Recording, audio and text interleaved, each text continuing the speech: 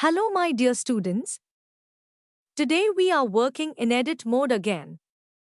This time, I won't repeat the sequence of actions to set up the scene. I hope you can manage it on your own. This time, there's no need to disable the 3D cursor display. We will need it. So, we need a grease pencil object. Let's draw a couple of shapes. Color doesn't matter today. So just take the default material and draw a circle, a rectangle, and a line. Let's switch to edit mode. Today we are interested in the menu called Transform Pivot Point. By default, it is set to median point. This means all transformations will occur relative to an abstract average point. At first glance, it may seem that the median point is the center of the selection. If we select the circle, all transformations will occur relative to its geometric center. The same goes for the rectangle and the line. But this happens only because these are even, well-drawn, symmetrical objects. If you select two shapes, for example, a circle and a rectangle, then the median point will not be in the middle between the shapes but inside the circle. This is because the average point is calculated based on the number of points. There are many more points in the circle, so the average point will be shifted towards it. In other words, the average point is the center of mass. If you add points to the rectangle, then the center of mass will shift towards it. Let's change the pivot point to bounding box. If you transform the shapes one by one, you won't see any difference. The shapes will rotate around their geometric center again. But if we select everything, we'll notice that now the pivot point lies at the geometric center of the selected group. This center is calculated like this: all selected points are enclosed in a rectangle. The pivot point will be at the intersection of the diagonals of this rectangle, right in its center. Now you know the difference between the median point and the bounding box. Now let's switch to individual origins. It's simple here. If you select a group of shapes, each of them will have its own individual pivot point located at the center of its own mass. Each stroke will transform relative to its own point. This is a very convenient mode. But we won't dwell on it.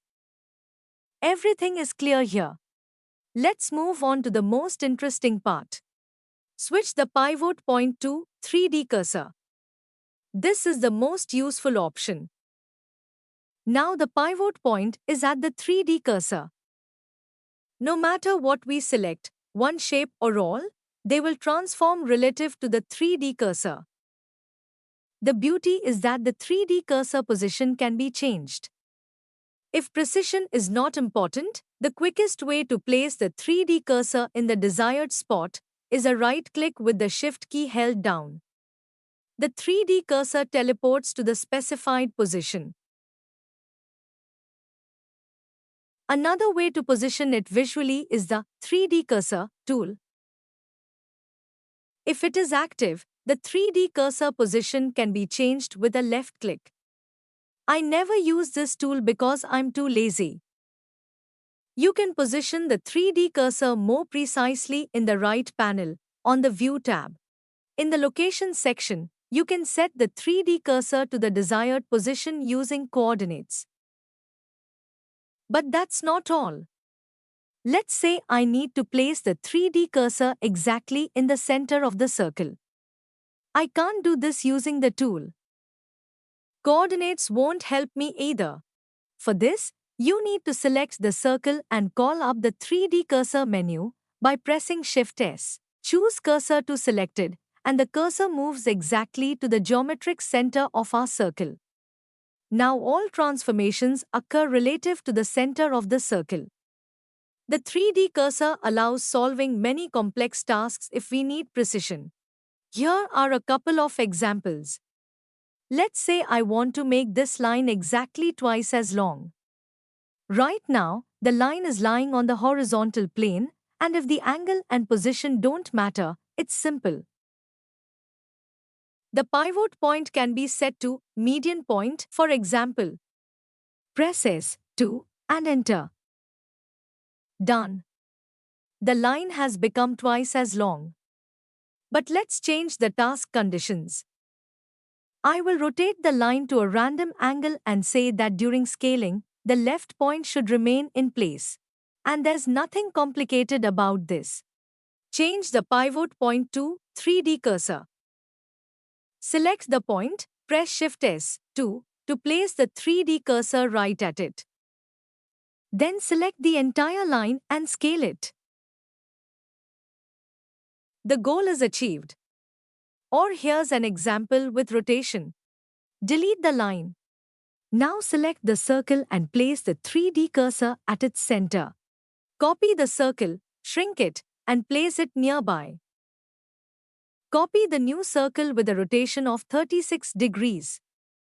For this, press Shift D, then immediately R, enter 36, and press Enter. Our last action includes 2 operations at once. And we can repeat this action using Shift R. Press this combination 9 times and you get a circle of circles. Place a rectangle next to the resulting figure and place the 3D cursor in one of its corners. Copy the rectangle with a 10-degree rotation. And repeat the last action 35 times. Let your imagination run wild.